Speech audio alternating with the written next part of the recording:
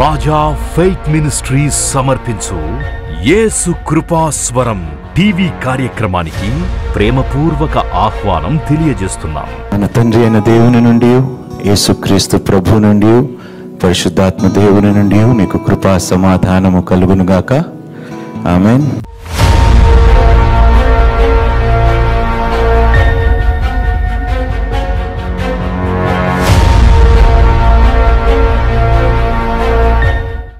ఈరోజు ఒక కొత్త అంశంతో నేను మీ ముందుకు వస్తున్నాను. ఇంగ్లీష్లో మనం వినే ఉంటాం, every action equal and opposite reaction.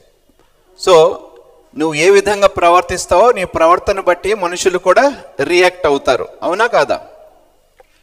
ఇప్పుడు మనం మనల్ని ప్రశ్నించుకోవాల్సింది ఏమిటంటే, నా ప్రవర్తనను బట్టి మనుషులు ఎలా రియాక్ట్ అవుతున్నారు?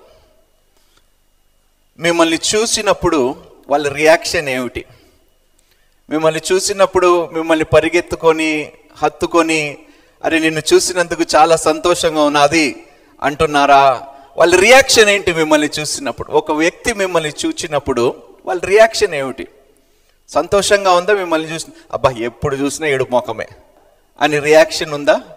ముఖంలో ఎప్పుడు నవ్వు ఉండదు బ్రదర్, ఎప్పుడు చూసినా ఏడుపు ముఖమే ఉంటుందా? అలాంటివి చూడండి, మీ యొక్క ప్రవర్తనను బట్టియే మనుషులు రియాక్ట్ అవుతూ ఉంటారు, అవునా కాదా? సహజంగా మీరు ఎలా ప్రవర్తిస్తే మనుషులు మీ ప్రవర్తనను బట్టే వారి రియాక్షన్ కూడా ఉంటుంది. వాళ్ళ స్పందన ప్రతిస్పందన కూడా అంటాం మనం.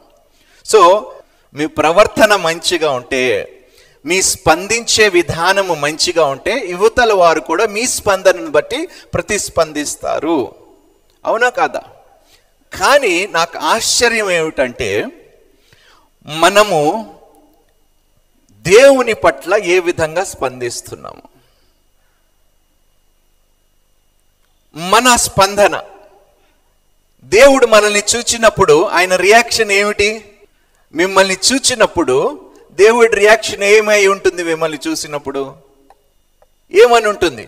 ఎలా ఉంటుంది? దేవుని ఈయన నా ప్రియ కుమార్తె, ఈయన నా ప్రియ కుమారుడు అని రియాక్ట్ అవుతాడా? లేకపోతే ఇంకా ఎంతకాలము నాయనా అని అంటాడా దేవుడు? ఎలా రియాక్ట్ అవ్వాలి దేవుడు మిమ్మల్ని చూసినప్పుడు? ఈమె నా ప్రియ కుమార్తె, ఈయన నా ప్రియ కుమారుడు, ఈయన యందు నేను ఎంతగా ఆనందిస్తున్నానో అని రియాక్ట్ అవుతాడా మిమ్మల్ని చూసినప్పుడు? లేకపోతే ఏ విధంగా దేవుడు రియాక్ట్ అవుతాడు మిమ్మల్ని చూసినప్పుడు? ఇంకా ఎంత కాలము మీ పాపాన్ని చూడమంటారు? ఇంకా ఎంత కాలము మిమ్మల్ని ఓర్వమంటారు? ఇంకా ఎంత కాలము మిమ్మల్ని సహించమంటారు? ఎందుకు నన్ను ఇంతగా పరీక్షిస్తున్నారు అని రియాక్షన్ ఉంటుందా మనల్ని చూసినప్పుడు దేవుడు? లేకపోతే సంతోషకరంగా దేవుడు స్పందిస్తాడా? ఈరోజు మనం గమనించవలసింది ఏమిటంటే, ప్రతి యాక్షన్కి ఒక రియాక్షను అనేది ఖచ్చితంగా ఉంటుంది. సో బైబిల్ ప్రకారంగా కొన్ని మాటలు మనం నేర్చుకుందాం, కానీ దానికి ముందు ఒక చిన్న ఉపమానం చెప్తాను మీకు. ఒకరోజు ఒక విమానములో ఒక వ్యాపారవేత్తతో పాటు ఒక స్త్రీ ప్రయాణిస్తుండగా పక్కన కూర్చున్నాడు. ఆ టేక్ ఆఫ్ అయిన తర్వాత చక్కగా బ్యాగులో నుండి ఒక చక్కటి పరిశుద్ధ గ్రంథం బైబిల్ తీసి ఆమె చదువుతుంటే వీడు పక్కన ముసిముసి నవ్వులు నవ్వుతున్నాడు. ముసిముసి నవ్వులు నవ్వుతూ, సరే ఇంకా ఆగలేక ప్రయాణం అవుతుంది కాబట్టి సరే మాట్లాడుకుందామని చెప్పి ఆమె పక్కనే కూర్చున్నాడు కాబట్టి అడిగాడు, ఈ గ్రంథాన్ని మీరు నమ్ముతారా అని అడిగాడంట. ఏమిటి? ఈ గ్రంథంది నమ్ముతారా? గ్రంథాన్ని నమ్మటం ఏంటంటే, గ్రంథంలో ఉన్నదంతయు నేను నమ్ముతానని ఆమె స్పందించింది. డోంట్ బి సిల్లీ అని అండి, ఎట్లా నమ్మగలుగుతారు? అయితే యోనా చేప కడుపులో ఉన్నాడని మీరు నమ్ముతున్నారా అని ఆయన అడిగాడు. How can you believe? అసలు ఎలా నమ్ముతావమ్మా? ఎన్ని కల్పితము, ఇవన్నీ కల్పితమైన మాటలు, ఎట్లా నమ్మగలుగుతా? అసలు చేప కడుపులోకి వెళ్ళి ఎవడన్నా బ్రతుకుతాడా? 3 రోజులు ఉండగలుగుతాడంటే అది జరిగిందనే విషయము నేను పూర్తిగా నమ్ముతున్నాను అని చెప్తుంది. సో ఎట్లా మరి నువ్వు చెప్పగలుగుతున్నావు అంటే, పరలోకానికి నేను వెళ్ళినప్పుడు యోనాని నేను వెళ్ళి కలిసినప్పుడు యోనాని అడుగుతాను, ఏ విధంగా నువ్వు 3 రోజులు చేప గర్భములో ఉన్నావు అని నేను ప్రశ్నిస్తాను అని ఆ సమాధానం నేను పొందుకుంటాను. ఆ పక్కనున్నవాడు ఇంకా ఆగలేక వాడు ఏమంటాడంటే, ఒకవేళ పరలోకములో యోనా లేకపోతే అప్పుడు ప్రశ్న మీరు అడగండి అన్నది. ఏమిటంట, పరలోకములో యోనా కనిపించకపోతే ప్రశ్న మీరే అంటే ఎక్కడ అడుగుతాడు వాడు? అంతే కథ, నరకంలో అడుగంటాడు. ఆమె పరలోకానికి వెళ్ళిపోతుందని గ్యారంటీ ఆమెకుంది. ఒకవేళ యోనా అక్కడ లేకపోతే అక్కడుంటే మీరే అక్కడ అడగండి, కానీ నాకు నమ్మకం ఏంటి, యోనా ఖచ్చితంగా అక్కడ ఉంటాడు, నాకు జవాబు దొరుకుతుంది. అంటే ఏ విధంగా స్పందించాలో అనే ఈ యొక్క మాట చెప్తున్నాను. When somebody is speaking to you sarcastically, స్మార్ట్గా జవాబు ఇచ్చే జ్ఞానము మనకి ఉండాలి. సమయస్ఫూర్తి జ్ఞానముతో మనము రియాక్ట్ కావాలి. ఒకవేళ అవును కదా నిజమేనేమో అని బహుశా ఆమె స్పందించుంటే ఆమె నమ్ముకున్నదంతా వ్యర్థమే. అందుకనే ప్రతి స్పందనకి ప్రతిస్పందన ఉంటుంది కాబట్టి మీరు జాగ్రత్తగా రియాక్ట్ కావాలి, జాగ్రత్తగా యాక్ట్ కావాలి. ఆమె ఎంత తెలివిగా చెప్పిందండి. విమానము ప్రయాణములంతా వాడు నోరు తెరిచి ఇంకొక ప్రశ్న అడిగితే ఒట్టు ఆమెని. సో యేసుక్రీస్తు ప్రభు వారిని ప్రశ్నించినప్పుడు యేసుక్రీస్తు ఎలా రియాక్ట్ అయ్యేవాడు? తిరిగి ప్రశ్నతోనే వారిని ప్రశ్నించేవాడు. మీ ప్రశ్నకు నేను జవాబు చెప్పే ముందు నా ప్రశ్నకు మీరు జవాబు దయచేయండి. ఈ విధంగా మనము సిద్ధంగా ఉండాలి. ప్రతి స్పందనకి మనము చాలా జ్ఞానముతో వివేచనతో రియాక్ట్ కావాలండి. తెలివి తక్కువ సమాధానాలు మాత్రం ఇవ్వకండి. మీకు ఒకవేళ జవాబు తెలియకపోతే రియాక్ట్ కానే మౌనంగా ఉండటమే కొన్ని సందర్భాల్లో మేలు. మొట్టమొదటిగా సామెతలు 12వ అధ్యాయము 16వ వచనం. అది చదవక ముందు నేను మిమ్మల్ని ఒక ప్రశ్న అడుగుతున్నాను. లైవ్లో చూసిన వారు, మీకు కోపం వచ్చినప్పుడు మీరు ఎలా రియాక్ట్ అవుతారు? కొట్టడానికి కూడా, అంటే కోపాన్ని తిరిగి కోపంగానే మీరు రియాక్ట్ అవుతుంది. దానివల్ల సమస్యకి పరిష్కారం ఉంటుందా? మీరు వాళ్ళు కోపంగా రియాక్ట్ అయినప్పుడు మీరు కోపంగా రియాక్ట్ అవుతే దానివల్ల సమాధానము కలుగుతుందా? పరిష్కారం ఉంటుందా? మీరు కోపపడి వారు కోపపడి మీరు రియాక్ట్ అయ్యి వారు రియాక్ట్ అయ్యి దానివల్ల ఏదైనా ఉపయోగం ఉన్నదా? లేదు. ఎందుకు ఈ మాట అంటున్నానంటే, ఎవరైనా ఏదైనా అన్నా కూడా దయచేసి మనసుకు తీసుకోకండి. ఒక గొప్ప వ్యక్తి ఒక మాట అన్నాడు. ఆయనతో పాటు ఒక వ్యక్తి ప్రయాణిస్తే, ఆయనకి ఇష్టము లేని ఒక వ్యక్తి దారిలో కలిస్తే ఆయన చూచిన వెంటనే కామెంట్ చేయటం మొదలుపెట్టాడు, తిట్టడం మొదలుపెట్టాడు, అసభ్యకరమైన కామెంట్స్ చేయటం మొదలుపెట్టాడు. ఈయన ఏమి రియాక్ట్ కాకుండా ఈ పక్కనున్నోడికి ఆవేశం వచ్చేస్తుంది. వీడేంటి అన్ని మాటలు అనేస్తూ ఉంటే వీడు రియాక్ట్ అవ్వటం లేదని వీడి రియాక్షన్ బట్ సహజంగా ఉంటారండి. మనకన్నా మన పక్క వాళ్ళు ఎక్కువ రియాక్ట్ అవుతూ ఉంటారు. వీడు చాలా కాముగా వాడు మాటలన్నీ విని నవ్వుతూ మౌనంగా వెళ్ళిపోయాడు. వెళ్ళిపోయిన తర్వాత ఆ వ్యక్తి అన్నాడు, మీకు కోపం రాలేదా? ఇన్నేసి మాటలు అన్నాడు, ఇన్ని నిందలు మోపాడు, ఇన్ని అసభ్యకరమైన మాటలు అన్నాడు. అప్పుడు ఆ వ్యక్తి ఏమన్నాడో తెలుసా?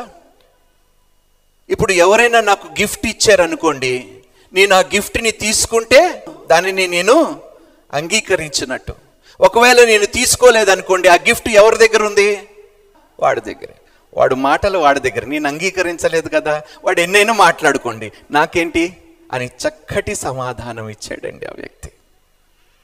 వాడు చెప్పిన మాటల్లో నిజం లేదు కాబట్టి, వాడు అన్న మాటలో వాస్తవాలు లేదు కాబట్టి దాన్ని నేను ఎందుకు అంగీకరించాలి? అది ఎందుకు నా దగ్గర పెట్టుకోవాలి? నేను అది ఆయన దగ్గరే ఉంటేనే అది క్షేమము, అది నాకు అవసరము లేదు అని చక్కగా స్పందించాడండి.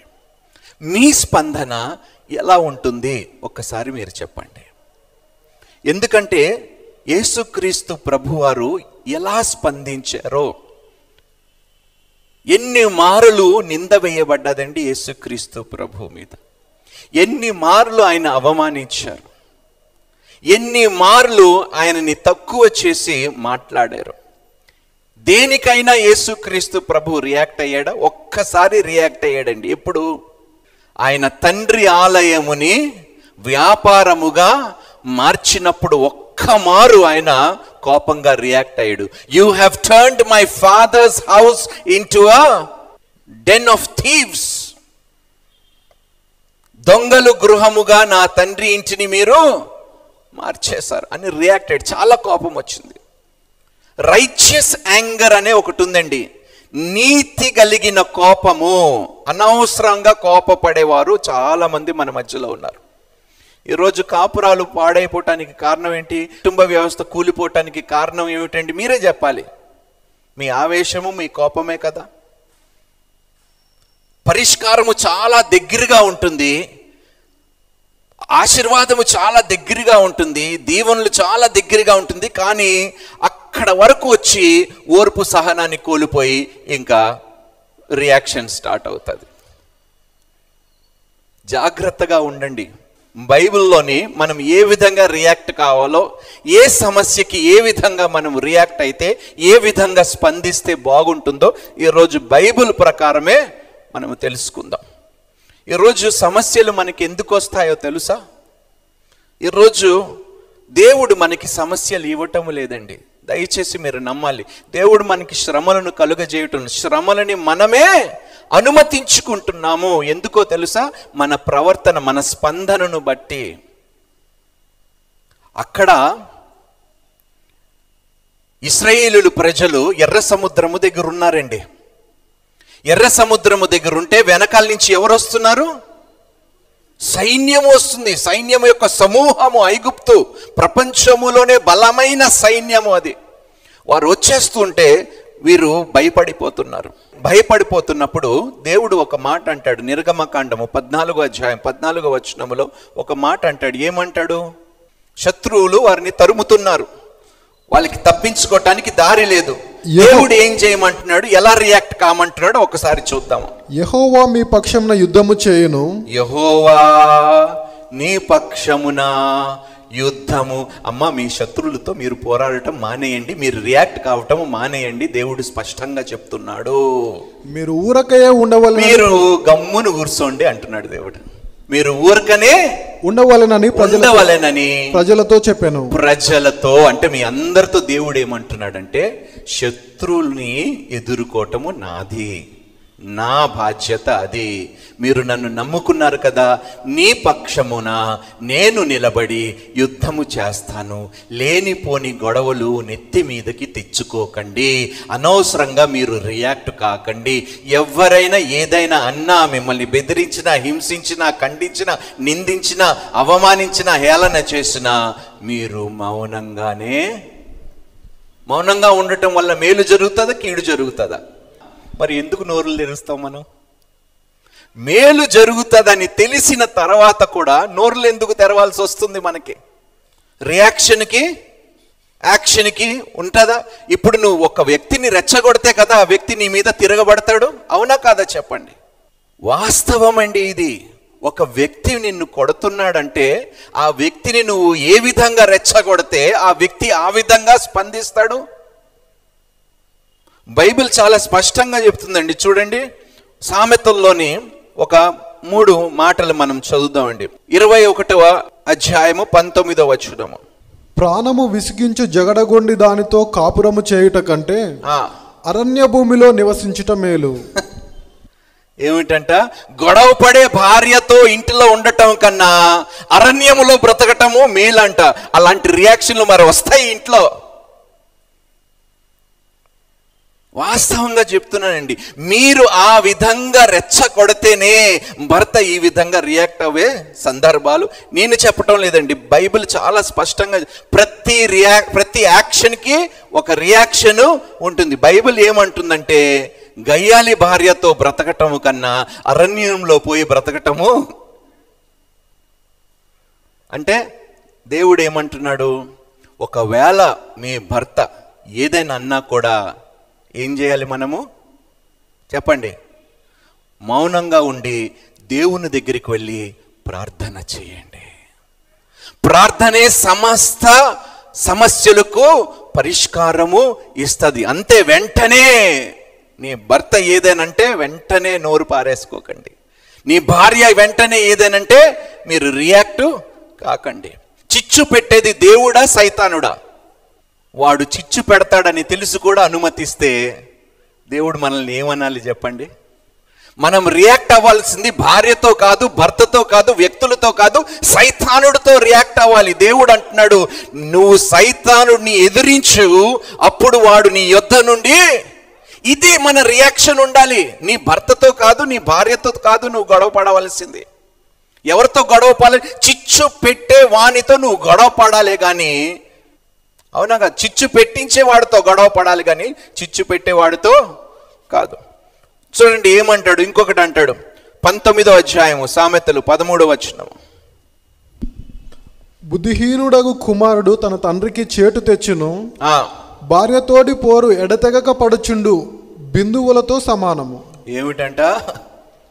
చూడండి, సీలింగ్ లోని నీళ్లు కారుతూ ఉంటే ఆ సప్పుడు ఎలా ఉంటుంది? బాగుంటుందా వినటానికి? చిరాకు పడతాం కదా. ఊరికనే అలాగ మాట్లాడుతూ ఉంటే ఎవరికైనా చిరాకు వస్తుందండి. సైతానుడు పని ఏమిటంటే నిన్ను రెచ్చగొట్టాలి. నువ్వు రెచ్చగొట్టి దేవుడు ఏదైతే మిమ్మల్ని జతపరిచాడో దానిని వేరు చేసే వరకు వాడు ఊరుకనే ఉండడు. అందుకనే మీ ఇద్దరిలో ఒకరిని వాడుకుంటాడు. భార్య భర్తల్లో ఎవరో ఒకరిని వాడుకుంటాడు చిచ్చు పెట్టడానికి. నువ్వు వాడిని అనుమతిచ్చేవనుకో చిచ్చు పెట్టడమే కాదు, కాపురాన్ని కూడా కూల్చివేసేస్తాడు. ఎప్పుడైతే ఎవరైనా తిరగబడుతున్నారనుకో, ఇంట్లో ఎవరైనా కోపంగా ఉన్నారు, ఆవేశంగా ఉన్నారు, ఏదో ఒకటి మాట అన్నారో మీరు మౌనంగా ఉంటే అక్కడికక్కడ ఆ సమస్యని మనం అణిచివేయగలుగుతాము. యేసుక్రీస్తు ప్రభువారు ఎంత చక్కగా స్పందించారండి. శిలువ మీద ఏమన్నాడండి యేసుక్రీస్తు ప్రభువారు? తండ్రి, మనం ఎలా స్పందిస్తున్నాము, మనం ఎలా రియాక్ట్ అవుతున్నామో ఈరోజు మీరే ఒకసారి ఆలోచించుకోండి. ఈరోజు స్నేహితులు నిన్ను విడిచిపెట్టి వెళ్ళిపోవటానికి కారణం ఏమిటి? ఉన్నారా స్నేహితులు మీకు? విడిచిపెట్టి వెళ్ళిపోయారా? మీకు బెస్ట్ ఫ్రెండ్స్ ఉండేవారు, విడిచిపెట్టి వెళ్ళిపోవటానికి కారణం ఏమిటి? మీ స్పందన. ఈరోజు చాలామంది మన జీవితంలో నుండి వెళ్ళిపోవటానికి కారణం ఏమిటో తెలుసా? మన రియాక్షనే, మన ప్రతిస్పందన వల్లనే, మన స్పందించే విధానమును బట్టి ఈరోజు చాలామంది మనల్ని విడిచిపెట్టి వెళ్ళిపోయి చివరిగా మనం ఏడుస్తూ కూర్చున్నాం, ఒంటరి దానిని అయిపోయాను, ఒంటరి వాడిని అయిపోయానని. ఈరోజు దేవుణ్ణి కూడా మనము దగ్గరగా రానివ్వకుండా మనము రియాక్ట్ అవుతున్నాము. మన రియాక్షన్ని చూచి కూడా దేవుడు కూడా మనకి సమీపముగా రాకుండా మనమే అడ్డగోడ కట్టేస్తున్నాము దేవునికి. చూడండి సామెతలు 12వ అధ్యాయము 16వ వచనం.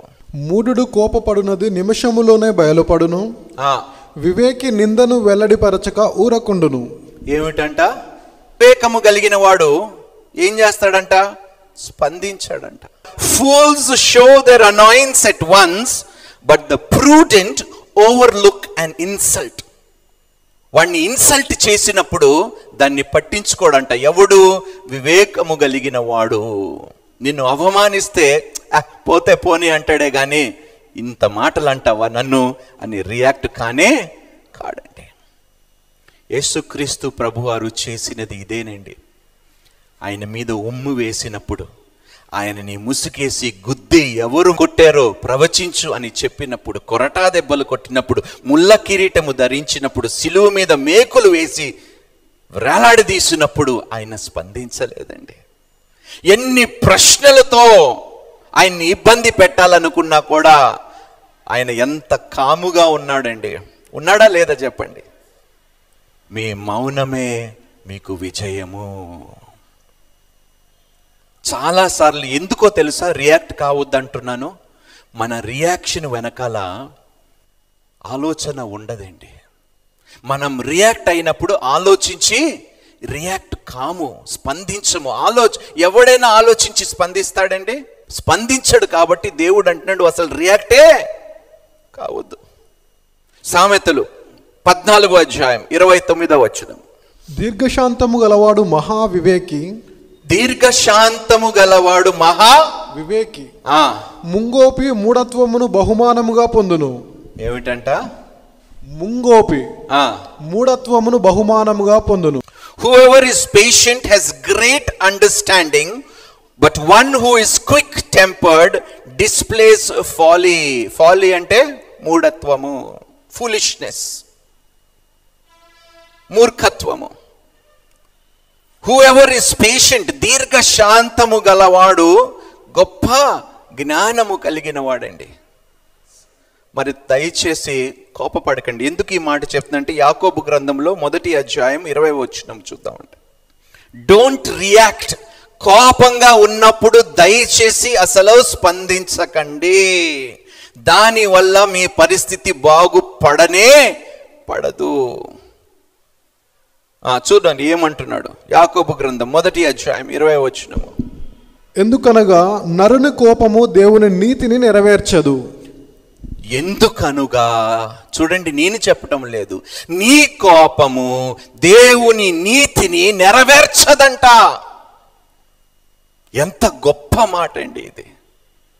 నువ్వు కోపపడటం వలన దేవుని నీతిని నువ్వు నెరవేర్చలేవు. దయచేసి ఆలోచించండి. నేను కోపపడటం వలన దేవుని నీతిని నేను పొందుకోలేని స్థితిలో ఉంటాను. కాబట్టి నీతి నాలో లేకపోతే న్యాయంగా నేను ప్రవర్తించలేను, న్యాయంగా నేను స్పందించలేను. కాబట్టి కోపపడినప్పుడు మౌనంగా ఉండటమే మేలు. Being patient. దీర్ఘశాంతం అనేది పరిశుద్ధాత్మ ఏమి వరమా కాదా? మనం ఎప్పుడైనా ఏదైనా మాట మనం విన్నప్పుడు అది మనల్ని బాధ కలిగించినప్పుడు, ఇబ్బంది పెట్టించినప్పుడు, కోపము తెప్పించినప్పుడు మనం ఎలా స్పందించాలంటే సామెతలు 15వ అధ్యాయము 1వ వచనము. మృదువైన మాట క్రోధమును చల్లార్చును. ఏమిటంట? మృదువైన మాట క్రోధమును చల్లార్చును. నొప్పించు మాట కోపమును రేపును. నొప్పించు మాట. అమ్మా ఏమిటంట? నొప్పించే మాటలు మీరు మాట్లాడితే కోపము.